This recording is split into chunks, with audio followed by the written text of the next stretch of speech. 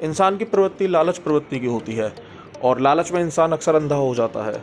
यही कुछ देखा गया है ग्रेटर नोएडा में, जहां सेलर तो लालची नहीं हुए पर खरीदार जरूर लालची हो गए। ऐसा ही कुछ ग्रेटर नोएडा में देखने को मिला, जहां खरीदार को ग्रेटर नोएडा सिटी कुछ लगती ही नहीं थी और जब लगने लगी तो खरीदार उसे कूड़े के भाव खरीदने निकल पड़ा। और कूड़े के भाव खरीदने के चक्कर में जब ग्रेटर नोएडा की जमीन पर फुटफॉल ज़्यादा हुआ तो वहाँ पे रेट भी तेज हुआ।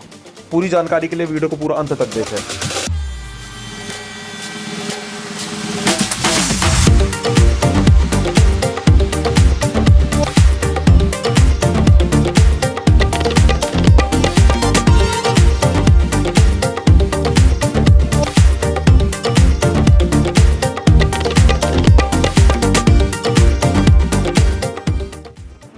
नमस्कार दोस्तों, मैं दिनेश शर्मा आपका हार्दिक स्वागत करता हूं माय प्रॉपर्टी गुरु चैनल पे। माय प्रॉपर्टी गुरु चैनल पे आज हम बात करने वाले हैं P3 सेक्टर की, जो कि ग्रेटर नोएडा में स्थित है। शुरुआती सेक्टर होने की वजह से इस सेक्टर के काफ़ी फायदे हैं। सबसे पहला फायदा तो यह है कि ट्रांसपोर्ट की सुविधा आपको इस सेक्टर में इजीली मिल जाती है। नॉलेज पार्क मेट्रो स्टेशन जो कि आपको सेक्टर के पास में ही मिल जाता है। 60 मीटर रोड से लगा हुआ सेक्टर है। इसके सामने ही आपको अच्छी खासी मार्केट देखने को मिल जाती है। माना जाना यथार्थ हॉस्पिटल भी आपको लगभग सेक्टर के सामने ही देखने को मिल जाता है। आसपास फुल्ली डेवलप्ड सेक्टर और जेपी ग्रीन्स की लग्जरी सोसाइटी होने की वजह से सेक्टर में 4 चांद लग जाते हैं। सारा institutional hub, Indian expo mart और ग्रेटर नोएडा का माना जाना वेनिस मॉल सेक्टर से लगभग 2 से 2.5 किलोमीटर की दूरी पर देखने को मिल जाता है।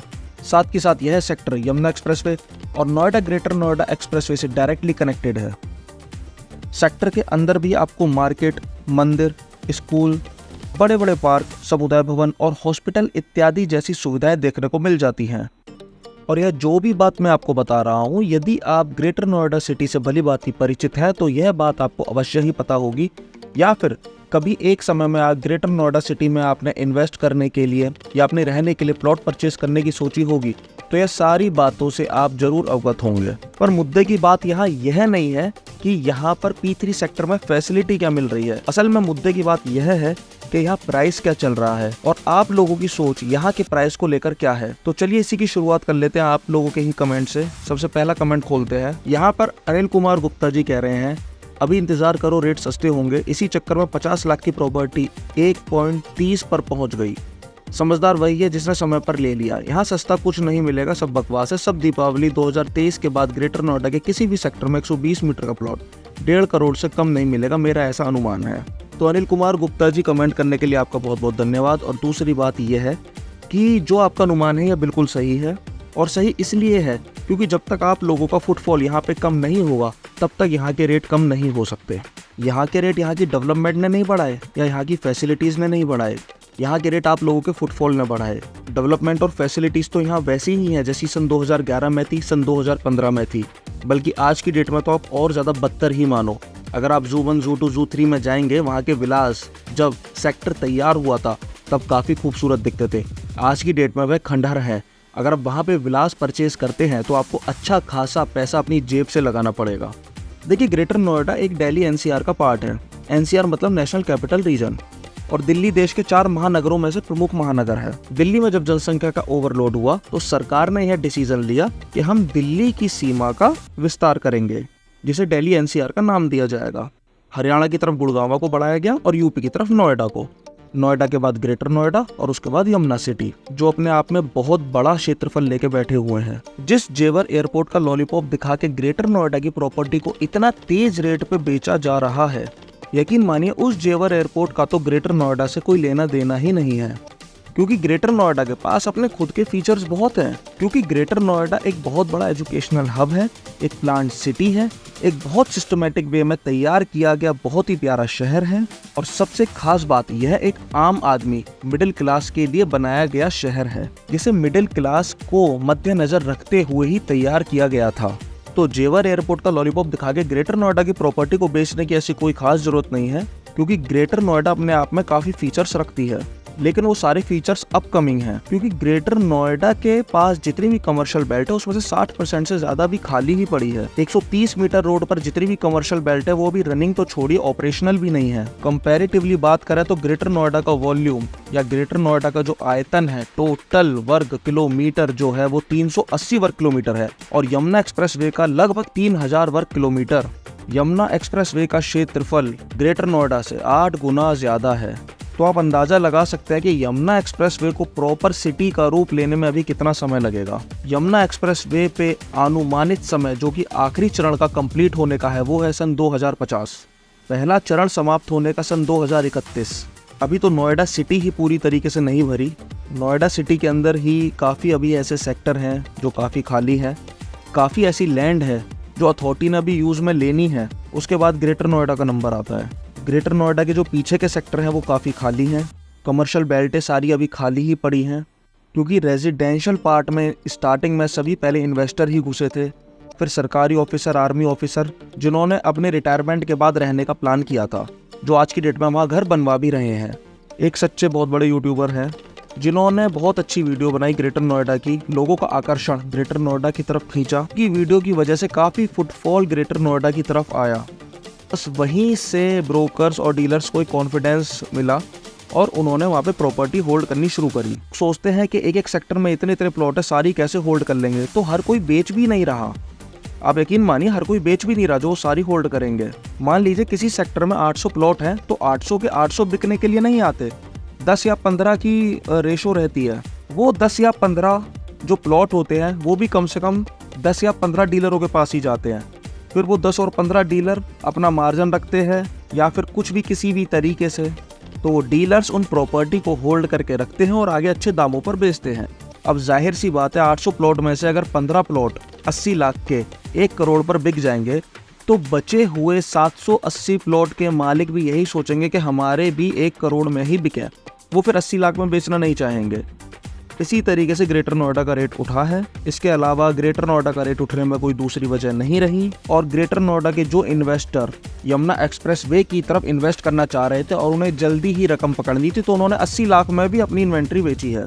देखिए, ये बात तो तय है कि ग्रेटर नोएडा का रेट आगे बढ़ेगा ही, कम नहीं होगा और ना ही गिरेगा। कि जिन इन्वेस्टर्स को जल्दी नहीं है, उन्होंने अपने प्लॉट होल्ड करके छोड़े हुए हैं, क्योंकि उन्होंने खरीद बेच का सिलसिला ग्रेटर नोएडा का देख लिया है। क्योंकि अब उन्हें अपने प्लॉट पर वही कीमत चाहिए जो कीमत उन्होंने डीलरों के मुंह से सुनी है। एक कमेंट पीयूष चंद्रा जी कर रहे हैं, वो कहते हैं यहाँ पर सब लोग बेचने में लगे हुए हैं 1 करोड़ से 1.25 करोड़ 300 स्क्वायर मीटर, क्योंकि पैसे अर्जेंटली चाहिए ताकि यमुना में पैसे लगा सकें। सप्लाई ज्यादा है डिमांड से, सिग्मा 1 एंड सिग्मा 2। हाँ, तो पीयूष जी, मैं आपके कथन से पूरी तरीके से सहमत हूँ। रेट आपने थोड़ा सा कम बताया, 140 150 तक सिग्मा 1 में 300 स्क्वायर मीटर अगर डायरेक्ट पार्टी मिल जाती है, कोई ऐसा इन्वेस्टर जो यमुना एक्सप्रेसवे पे जल्दी इन्वेस्ट करना चाह रहा हो, तो चीज़ मिल जाती है। बस आपको ढूंढकर उस पर्सन से मिलने की जरूरत है, क्योंकि जिस तरीके से यहाँ पर बताया जा रहा है 2.25 करोड़ में 300 मीटर मिल रहा है, वो भी खाली प्लॉट। तो 2.25 करोड़ में पहले प्लॉट खरीदना, फिर उसके बाद 1.25 से 1.5 करोड़ रुपए खर्च करके उस पर मकान बनवाना, यानी लगभग 3.25 करोड़ रुपए का खर्चा। 3.25 करोड़ रुपए खर्च करने वाला इंसान मिडिल क्लास फैमिली से तो नहीं हो सकता। तो हम ये ही मान लें कि ग्रेटर नोएडा अमीरों का शहर बन चुका है। एक आम आदमी एक मिडिल क्लास के हाथ से बहुत दूर निकल चुका है। अगला कमेंट है मोनिका जी का। मोनिका जी कह रही है, rates will increase after airport is operational. तो देखिए मोनिका जी, एयरपोर्ट तो ऑपरेशनल ही है, बस रनिंग में नहीं है। और ये तो देखिए जाहिर सी बात है कि रेट्स तो बढ़ेंगे ही। यमुना सिटी का तो ऑब्वियस सी बात है, रेट्स बिल्कुल भविष्य में बढ़ेगा। कि आज एयरपोर्ट तैयार हो रहा है, वो रनिंग पोजीशन में आ जाएगा तो रेट्स और ज़्यादा बढ़ेंगे। बाद फिल्म सिटी पूरी तरीके से डेवलप हो जाएगी तो रेट्स बढ़ेंगे। फिर नाइट सफारी जो वहाँ अभी ऑपरेशनल है वो तैयार हो जाएगी तो फिर दोबारा रेट्स बढ़ेंगे। सबसे बड़ा ISBT अंतर्राष्ट्रीय बस अड्डा जो बन रहा है, जब वो रनिंग में आ जाएगा फिर रेट्स बढ़ेंगे। बाबा रामदेव जी का पतंजलि योगपीठ जो 250 एकड़ से भी बड़ी लैंड पे तैयार हो रहा है, जो हो भी चुका है काफ़ी हद तक, तो फिर दोबारा रेट्स बढ़ेंगे। तो रेट्स तो बढ़ते ही रहेंगे। यही मैं आपको समझाने की कोशिश कर रहा हूँ कि जिस सिटी के अंदर एयरपोर्ट बनता है वो सिटी प्रीमियम सिटी में आ जाती है। और यमुना सिटी तो बिल्कुल नई सिटी है। इतनी नई सिटी है कि मानो अभी तो यह सिर्फ एक बीज है जिसका अंकुर फूटा है, अभी तो पौधा भी नहीं निकला। अभी तो पौधा निकलना बाकी है और उसके बाद पेड़ बनने में तो अभी बहुत समय है। आज भी यह जगह सिर्फ इन्वेस्टर्स के लिए है, एंड यूजर्स के लिए नहीं। हाँ, आप प्लॉट में इन्वेस्ट करके 10 लाख 20 लाख का ऊपर नीचे कमाना, ये सब चीजें खेल सकते हो, पर एंड यूजर बन के यहाँ फंस मत जाना। अभी यहाँ कोई भविष्य नहीं है, आप यहाँ अभी नहीं रह सकते। अभी क्या, आज से 10 साल बाद तक भी आप अभी यहाँ नहीं रह सकते। यहाँ पर सिर्फ आसपास के लोकल बुलंदशहर, सिकंदराबाद, दादरी और आसपास के गांव, छोटे गांव जो हैं, वहाँ के लोग तो भी सरवाइव कर सकते हैं कोई प्लॉट लेके। लेकिन आप किसी एक सिटी से निकल के यह सोच के कि हम यमुना सिटी में जाके बस जाएंगे, अभी फ़िलहाल वो पॉसिबल नहीं है। ऐसी सोच अगर आपके मन में हो तो बिल्कुल उसे निकाल दीजिए। हाँ, अगर आप इन्वेस्टमेंट करना चाहते हैं तो बिल्कुल इन्वेस्टमेंट कीजिए। मैं आपको यकीन दिलाता हूँ, यहाँ पे कोई भी ब्रोकर, कोई भी डीलर आपके प्लॉट के पैसे को कम नहीं होने देगा। इतना तो यहाँ के डीलर और यहाँ के ब्रोकर अब समझ चुके हैं ग्रेटर नोएडा और जेवर एयरपोर्ट बनने वाली सिटी यमुना सिटी में कैसे खेल खेलना है। चलिए एक कमेंट पढ़ते हैं हरीश मेहरा जी का। हरीश मेहरा जी, बहुत बहुत धन्यवाद आपके कमेंट के लिए। आपने कहा है totally incorrect, crime rate in Delhi and Gurgaon are higher than Greater Noida, perhaps you are still living prior to 2017। देखिए हरीश जी, या तो आपने वो वीडियो पूरी देखी नहीं या पूरी देख के वो वीडियो पूरी समझी नहीं। उस वीडियो में मैंने बताया है ग्रेटर नोएडा का लॉ एंड ऑर्डर तीसरे नंबर पे आता है, पहले नंबर पर दिल्ली का है और दूसरे नंबर पर आज भी गुड़गांव का है। लॉ एंड ऑर्डर मीन्स किसी भी क्राइम की सुनवाई कितनी जल्दी होती है। यह तो जाहिर सी बात है, क्राइम रेट दिल्ली में ही ज़्यादा होगा। जहाँ जनसंख्या करोड़ों में है तो क्राइम रेट भी वहाँ ज़्यादा ही होगा। ग्रेटर नोएडा की जनसंख्या सिर्फ लाखों में है तो क्राइम रेट यहाँ पे कंपैरेटिवली दिल्ली से कम ही होगा। वैसे आपके इस कमेंट से मैं आपको एक छोटा सा वाक्य बताता हूँ। आज भी अगर चाय फाई में आप रेंट पे कहीं पर रहते हैं और अपने घर के बाहर दरवाज़ा लगवाते हैं मेन गेट पर, तो यकीन मानिए अगर आप एक दिन के लिए भी ताला लगा के जाते हैं तो ताले के साथ आपका गेट भी गायब हो जाएगा। और आपको यकीन ना आए तो कभी सेक्टर में विजिट करके वहाँ के लोकल लोग से आप पता कर सकते हैं। इसी के साथ अगला कमेंट है मनीष सिंह जी का। मनीष सिंह जी बोल रहे हैं सितंबर 2023 का वेट करो, अगर रेट नहीं गिरा तो सितंबर 2024 का वेट कर लेना, नहीं तो सितंबर 2025 में रेट गिर ही जाएगा।